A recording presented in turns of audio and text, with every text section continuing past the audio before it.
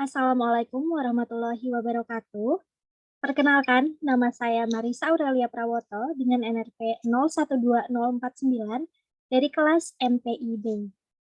Pada hari ini, saya akan mempresentasikan mengenai apa yang saya ketahui tentang elektroda pembanding atau reference electrode.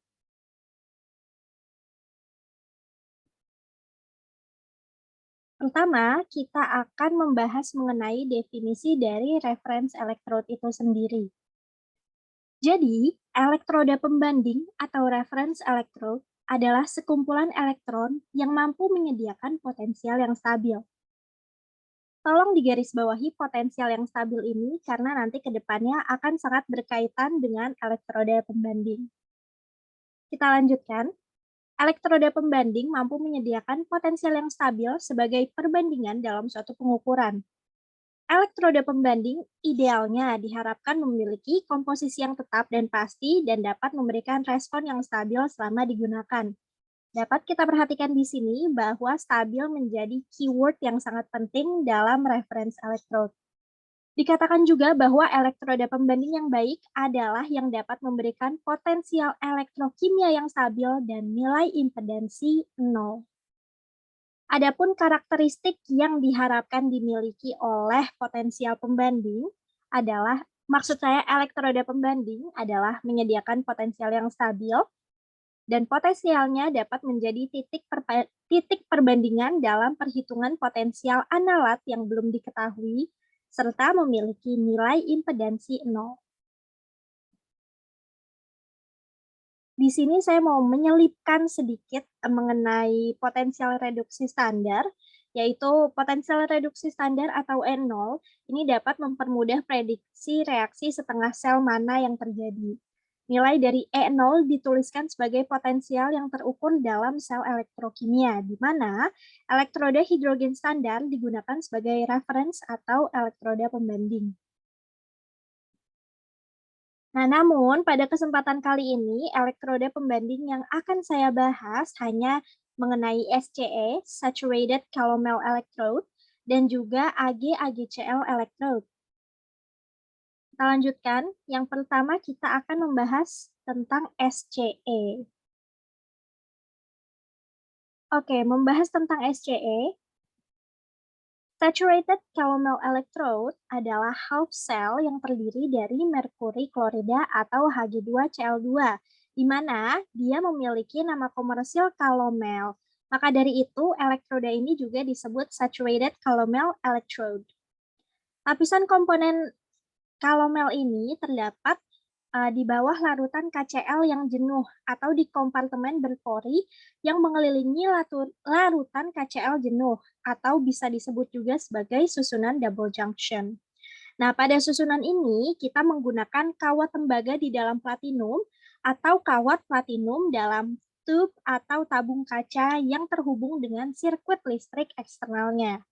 Terdapat pula pasta yang terbuat dari kalomel dan larutan yang dijenuhkan dengan KCl. Larutan yang mengisi juga ditambahkan KCl hingga jenuh, hingga nanti muncul padatan KCl. Urutan penempatannya di dalam wadah sendiri adalah di paling bawah, itu adalah Hg atau kolam merkurinya. Lalu di atasnya itu adalah pasta yang kita buat dan juga larutan Hg2Cl2. Lalu yang paling atas adalah larutan KCl jenuh. Dan kawat yang tadi dicelup sehingga ujungnya itu yang paling bawah ada di lapisan paling bawah yaitu kolam merkuri. Kita berlanjut ke slide selanjutnya.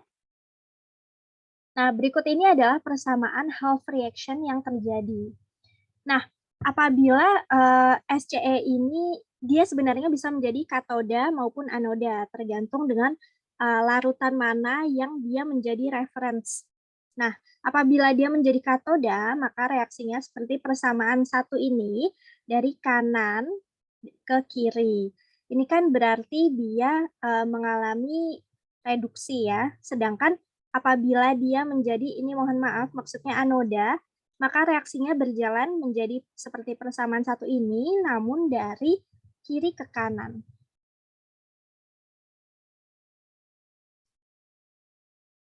Di sini kita dapatkan bahwa E0-nya itu sebesar plus 0,244 volt. Nah, ini mungkin agak bingung ya, mungkin biar tidak miskonsepsi. Seperti yang kita tahu, dia menjadi katoda apabila mengalami reduksi, sebagaimana yang terjadi di sini, dari kiri ke kanan. Sementara dia menjadi anoda apabila dia mengalami oksidasi, di mana terjadi dari persamaan satu ini, dari arah kanan ke kiri. Selanjutnya kita akan beralih ke elektroda pembanding kedua, yaitu AgAgCl atau silver chloride electrode. Elektroda pembanding ini terdiri dari kawat perak yang dilapisi dengan lapisan perak klorida atau AgCl dan dicelupkan ke dalam larutan KCl jenuh dan AgCl.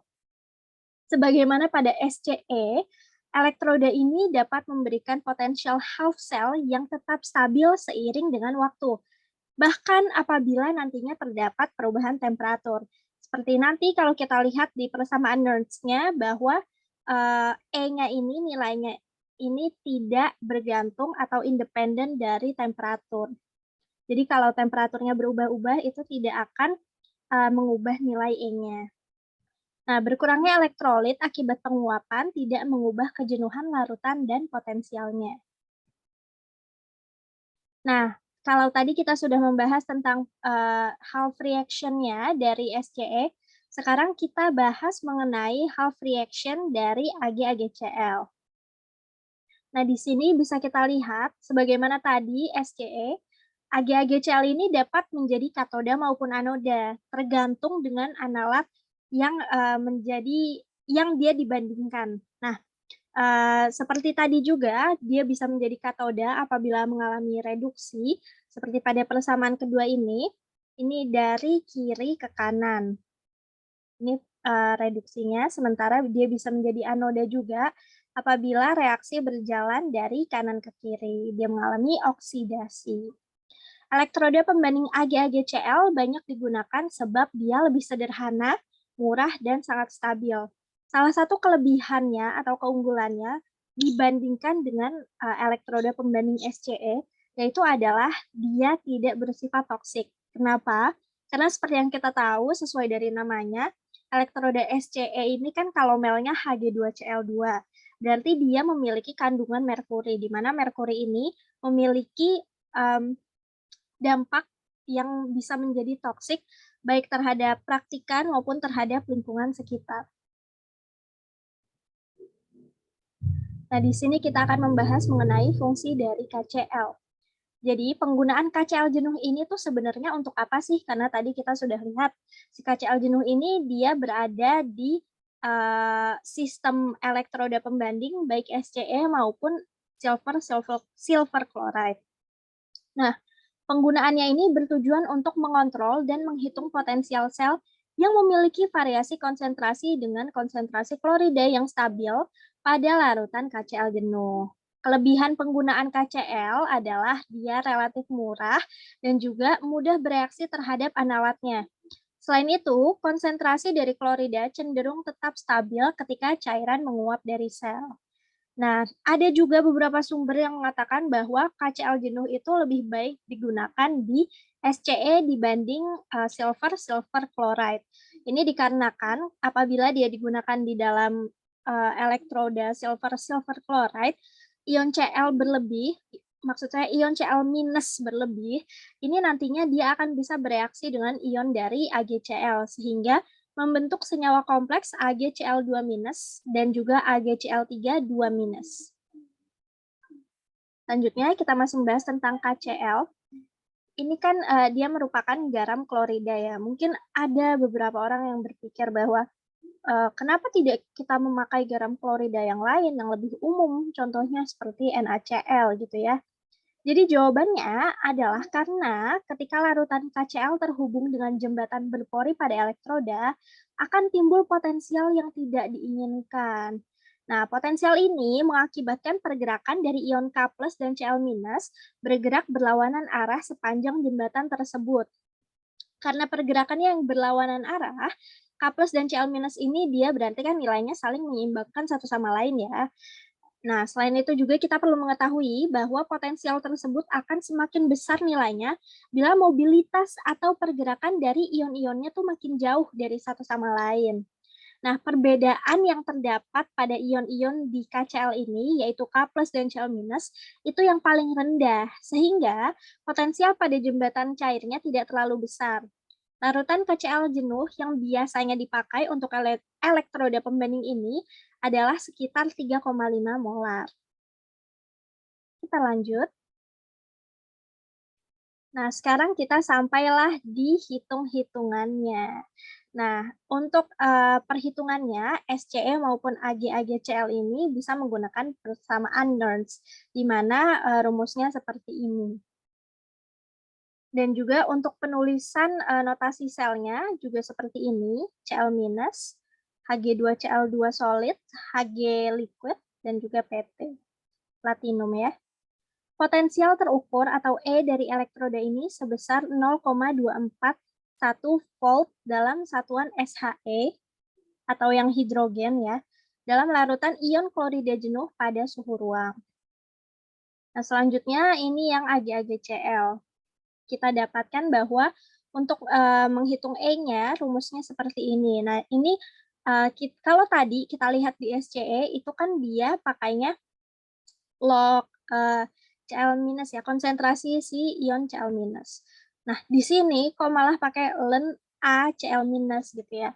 Jadi A ini dia adalah aktivitas atau konsentrasi efektif dari suatu spesies ketika dia berada di dalam kondisi yang non-ideal. Aktivitas menentukan potensial kimia pada larutan pada keadaan real, bukan pada keadaan ideal teoritis, sehingga penghitungannya dengan menggunakan A atau aktivitas ini diharapkan bisa menjadi lebih akurat. Nah, tapi kalau misal kita mau menyamakan ya dengan yang tadi SCE, kita bisa juga menghitungnya dengan rumus ini, tetap menggunakan konsentrasi. Nah, ini berarti bisa kita lihat ya bahwa perhitungan dengan menggunakan persamaan Nernst ini sangat-sangat dependent atau ketergantungan dengan konsentrasi dari si Cl- ini. Nah, ini seperti yang saya bilang barusan. Nah, sementara itu untuk penulisan notasi selnya sebagai berikut, yaitu Ag, AgCl, dan KCl. Nilai potensial terukurnya adalah E sama dengan plus 0,235 volt SHE pada suhu ruang. Nah, kalau untuk yang di persamaan yang tadi, kita lihat persamaan 1 dan 2, itu perlu diingatkan bahwa tadi E0.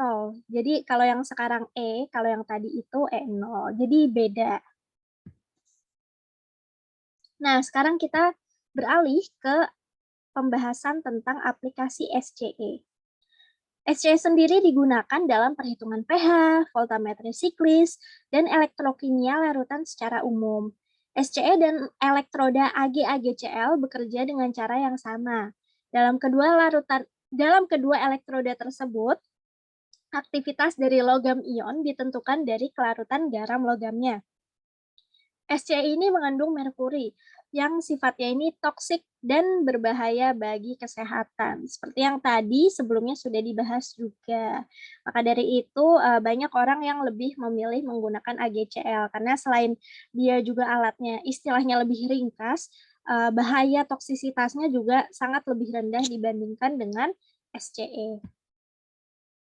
Nah, ini untuk aplikasi AgCl. Elektroda komersial dapat digunakan dalam proses pengukuran pH atau pH meter dan dapat juga digunakan sebagai sensor korosi. Nah, ini kan sensor korosi. Korosi ini mungkin banyak ya terjadi di daerah laut gitu ya. Nah, ketika dia diterapkan di dalam laut, larutan garam KCl ini dapat dihilangkan dan larutan produk yang didapat yaitu tadi ion Cl- ini dapat distabilkan dengan menggunakan salinitas air laut. Nah, berikut adalah faktor-faktor yang ternyata bisa merusak elektroda silver-silver chloride. Yang pertama adalah sinar UV, spesi basa, buffer NH3, dan senyawa sulfida. Sekian presentasi saya mengenai elektroda pembanding. Saya harap informasi yang telah saya berikan bisa cukup membantu dan memberikan gambaran secara umum tentang apa itu elektroda pembanding. Terima kasih atas perhatiannya. Wassalamualaikum warahmatullahi wabarakatuh.